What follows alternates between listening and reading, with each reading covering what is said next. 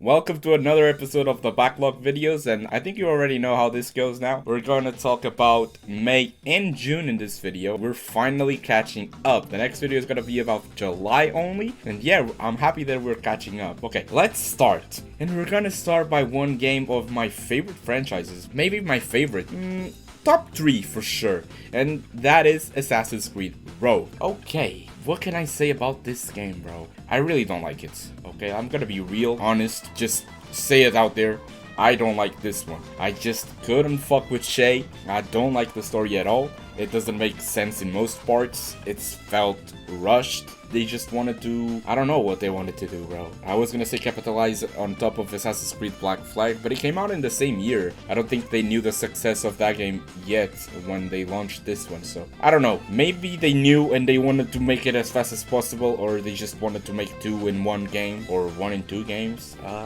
What? I'm confused. I like how it connects into some of the characters from the series though, but the worst part is the main character. I really just don't like Shay, and it was annoying to play as him the whole goddamn game. It felt a little buggy as well, it felt unfinished. It was, without a doubt, the worst Assassin's Creed I played. I love this franchise, but this game ain't it. And if I'm gonna be honest, if I played this one first, like if this was my first ever Assassin's Creed, I would probably never touch this franchise again. But since it wasn't, since I actually played a good first Assassin's Creed, I love it and I intend to finish it all. The good thing I can say about this game though is the naval combat. It feels a lot like Assassin's Creed 4, so that wasn't bad, I guess. It was kind of cool. There were a few locations that were cool as well to explore, like these icy locations were very cool to explore. But other than that, I don't see anything else I can say about this game. So I'm gonna rank every Assassin's Creed I played here right now, and this has to be on the bottom. There's no other way to say it, bro. I need to play a lot of Assassin's Creed. I know I need to finish the Ezio trilogy. I will soon. Okay, moving on. The next game we're gonna talk about is Electrician Simulator, and we're gonna go back to the PC on this one. I originally tried this game via Epic Games because they offered it. I remember they did, and I tried it and I really enjoyed it. And it just so happens that it was on sale on Steam, and since I like to get the 100% on achievements on this type of games on Steam, I ended up buying it there and doing the 100%, obviously. What can I say? This game is exactly what you're gonna expect. I mean, it's a simulator, so usually they are exactly what the title say. So you're just an electrician, you gotta fix up houses, you gotta fix up toys as well, which was pretty cool. But it's a very short game. It took me 7 hours to finish the 100%, which just basically asks you to finish the game and do some miscellaneous stuff, so it wasn't too bad. But I enjoyed it. There's not a lot I can say about it because there wasn't a story properly, there wasn't anything to do besides being an electrician, which is fine, don't get me wrong. So yeah, let's just move on. Up next, I played Bunny Guys, and I gotta be honest, this one was way too goofy. It's like Only Up kinda in a way, but you play as rabbits. Person rabbits, so it's basically a person with the skin of a rabbit. But you can play co-op, which was what I did for most part of the game. I ended up getting the 100% on this game as well. You just had to do a speed run, which was fairly easy once you know the obstacles. They are not hard at all, so I ended up doing that. And yeah, that's literally the game. I don't know what I can say more about this one. Okay, with Bunny Guys out of the way, next I played Mad Max, and now we played a proper game. This one has been on my backlog since forever. Since I first bought the PlayStation 4, honestly. It was one of the first games I got, and I never played it. One of the reasons that I didn't play the game yet was because the online was down, and you needed the online to do like 1 trophy for the platinum. And you know, with my addiction to platinums, I just avoided this one a little bit. Which you can see, I usually play games outside the platinums, even though I do love them, and I do prioritize the PlayStation because of that. But I do play them outside the platinums, and so I was doing, I think it was a little to the left. So, whew. I talked about a little to the left a long time, but during the 100-day challenge for the trophy that I talked about in the first backlog video or the second backlog video, I don't remember, I was playing Mad Max. Exactly. So I was doing the difficulty challenge for that, so since I couldn't play any other game, I decided to finally play Mad Max, and let's talk about it. The game was good, honestly. The story was interesting, very short as well. Some of the parts were kind of repetitive, some of the missions, I should say, were kind of repetitive, because all you had to do was like go to a place, get a car piece, and then fix the car and go back, and some repeat. But The main missions were pretty goddamn cool. I haven't watched Mad Max movies yet, but from what I've seen, this world really felt like an actual representation of the series, so that was pretty cool as well, I guess. I think if I watched the movies, I would even enjoy this game more. But one thing that this game shines on is the combat, without a doubt. It feels like the Batman Arkham games, so it really is a fun combat. It can kind of be tough. You can't spam the buttons to play the game, like you can spam on the Batman games, right? So it really is a similar game to that, and I really enjoyed it. There's not a lot I can say. That's basically it. I didn't go for the plat, because like I said, it's unobtainable. There's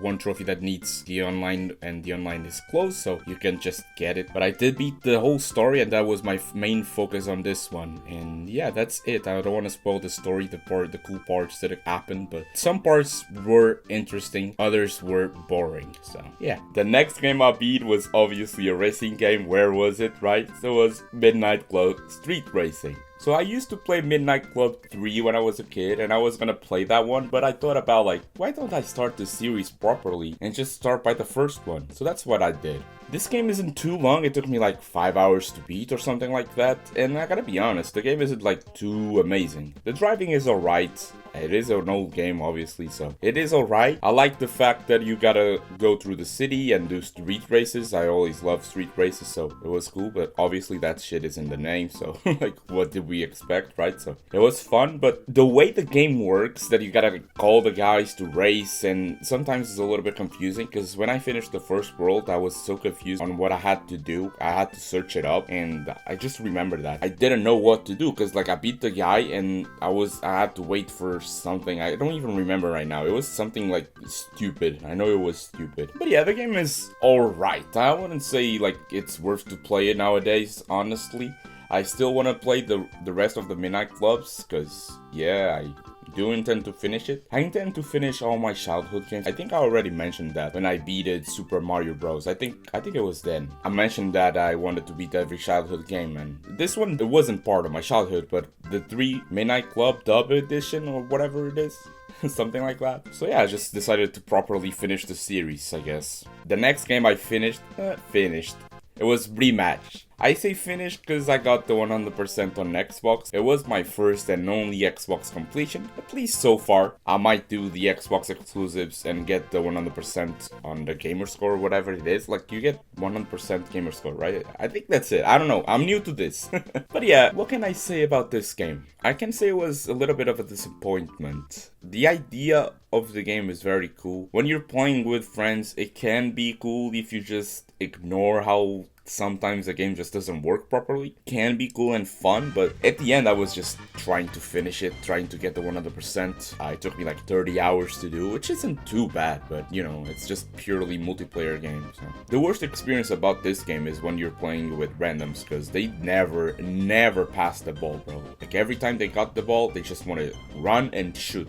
They think they're the best, they think they're Messi or Cristiano or something like that, bro, but like, you're not him, bro. Just pass the ball, play the game properly, man. Like, oh my god, just thinking about it, it's pissing me off. But when I played with friends, it was cool. Usually, I had the dream of 3 players, so usually, and I think the 3-player is the best one. 4-player is playable as well, but 3-player is the best. The pitch is a little bit smaller, you can create better plays, you know, because everybody's gonna pass the ball, obviously, and it was fun, man. It was a little bit of disappointment, but it wasn't too bad. It wasn't the worst thing ever, if I say so myself, but I do like me some football, so I guess that can be a little bit influenced on that, but yeah, I did it on the Xbox because it was on Xbox Game Pass, so that's why I did it there and not on PlayStation as well. I might someday go and do the plot on PlayStation as well, so it is on my collection, but I really doubt it, honestly. I don't mind it. I had the experience of completing the game. That's what matters. Yeah, let's just move on. It's just a football game. The next game I finished was Batman Arkham Asylum. I first played this game back on the PC, and I was really enjoying it. I was at a time of my life that I just didn't finish the games for some reason. I started, even if I was enjoying it, I would never finish the games, and this was no different, so I went back and decided to finally finish it. I did play the PS4 version though, so I didn't go back to the PC, but rather I just played the whole game again got the plot. It was a really fun game. The story was cool. There's a lot of cool villains in this one, so it was really cool to explore the Asylum without knowing who would we fight next, or, you know, at least see. So it was a very cool game. I really enjoyed it. The combat is good. It's great. It's the Arkham combats, but in this game it's still a little bit clunky. I know City is much better because I did play City as well in the past. Again, another game that I started but never finished. I don't know why I just kept doing that. That's why once I got the platinums, I really liked it because I would finish the games. And like, bro, like, I don't know why I didn't before. I always like to finish games, but there was that time of my life that I would just never finish any game, bro. I don't know why. Whatever, about Batman. I don't want to spoil the story. The game is very story focused, right? There's what I can say about the game would be about the story, but I don't want to spoil it for those who haven't played it yet. I would recommend for you to go back and play it. It is a very good game. I guess I can talk about a little bit of more of the platinum experience itself. You had to play the game on hard, which can actually be very difficult. I struggled with this one, but again, you can't spam the buttons. Like I said with Mad Max, you can't just spam, bro. You gotta time the buttons right. You gotta pay attention to the enemy moves, if they're gonna attack, if they're gonna throw something. You know, you gotta be patient and focus on the combat, focus on what you're doing, and you know, that can be a little bit difficult. So yeah, like the hard playthrough wasn't the breeze as I thought it would be, and then the combat challenges were very goddamn difficult. But like I said, if you don't spam and you know all the buttons, all the moves, you'll probably get very good, and you're probably gonna do it, even if it seems impossible at first. But yeah, that's about it. That's about all I wanted to say about this game. I think everyone knows this game, so there's no need for me to explain it better than this. So, on to the next one. The next game I played was Wolfenstein The New Order. I keep forgetting to mention that all of these plots were part of the difficulty challenge, and why is that relevant? It isn't, but I wanted to mention it, I guess. This one is the 6 out of 10 on my difficulty challenge, and I gotta be honest, this was way easier than the Batman. I think Batman being a 5 is absolutely wrong. I think it should be at least a 6, maybe a 7, honestly. I'm gonna talk about the next game. The last game is the 7 out of 10. And it is a goddamn good game, but whatever. We're talking about Wolfenstein The New Order. And I gotta say, this game surprised me a lot. I really enjoyed it. I did the whole plot in like 3 days or 4 days or whatever it was, and I was completely addicted. The main reason I played this one for the challenge was because of my 10 out of 10. And you guys, if you're not dumb, you can figure it out. I'm gonna try and do Wolfenstein 2, The New Colossus. And Wolfenstein 2 is a direct sequel from this one. I think it's like the same story. It just goes on, which isn't the case for the other game, so I needed to play this game on the challenge as well. And I gotta say, I don't regret it at all. I really enjoyed it. The gameplay felt good. The story was interesting. I was interested in it the whole goddamn way, so it helped me do the plot itself, because you gotta collect all these collectibles throughout the maps, and I don't really like to follow a guide while playing a game. It's the only thing about platinums that I don't really like. Like, I don't mind collectibles in like an open world game, but on like a linear game, I don't really enjoy it, because I hate doing second playthroughs. Like, I rather just do one playthrough with a collectible map than doing like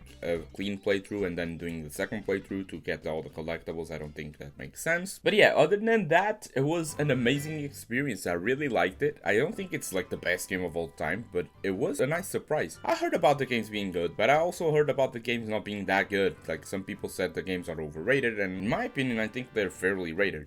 They're not underrated, they're not overrated. I think they're well-known and well-evaluated good shooters, and I agree with that. There's not a lot that I can say. The game has a lot of different weapons, and that is really cool. I like the stealth in this game as well. It was really cool as well, because if you didn't kill the captain, you would like set up the alarm. I think that's a very great idea. But other than that, it's a very simple game. It's just a first-person shooter with a good story. I would recommend for you guys to play it. Last but not least, I played Cuphead. And like I said before, this was my 7 out of 10 on the challenge. Didn't really feel the hype that people were talking about when I tried it back in the day. I don't know when, like 2-3 years ago, something like that. I really didn't like enjoy it that much, but I gotta be honest, now coming back, learning the bosses, actually fighting, actually playing the game with the intention of finishing it, I gotta say, bro, I really liked it. I can see why people love this game, and it was so hyped when it came out. I can see it. I can definitely see it. It was very fun. It was challenging, but I gotta say, I think it was not that difficult. Of course, I also used Miss Callis, and Miss Callis is just such an OP character. In my opinion, the double jump just makes the game a lot easier. And what gave me real problems was the S rank on the DLC. That was the only thing that actually gave me problems in this game. So I'm gonna say, like, the 7 out of 10 is fair. I think it's a fair difficulty. I don't think it should be higher, especially with the Miscalis, like I said. So yeah, like, what can I say about this game? I think what shines really good in this game is how different every boss feels like, and you don't know what you're gonna fight next, bro. It's just so cool to figure out what the boss's attacks are and how to dodge it, how to attack the boss itself, and it's just in general, like, how the bosses look and stuff like that. I really enjoyed seeing all of that, to be honest. There's also the plane levels, which I really enjoy. Some people, I know they hate those, but I gotta be honest, I really liked it. They are by far the hardest levels on expert difficulty, by far. They were the ones that gave me more problems, but I kinda liked it, honestly. I kinda liked that it gave me a little bit more problems, because I gotta be honest, after you finish the whole game, playing on expert wasn't that difficult besides the plane levels, in my opinion. So yeah, there's not a lot that I can say that people didn't say about this game, to be fair. It's an amazing indie game, and I'm looking forward for the next Cuphead games. Okay, that's it for this video. I'm super happy that we catched up. Next video is gonna be next week, talking about the games I beat in July, and you know, the video won't be the same length as this one, of course. I'm not gonna play 10 or 9 games in a month, and a heads up, I didn't play a lot of games next month. I was doubting if I should do a video, but I think I'm gonna do either way, talk about the games I did beat and stuff. So yeah, guys, thank you for watching.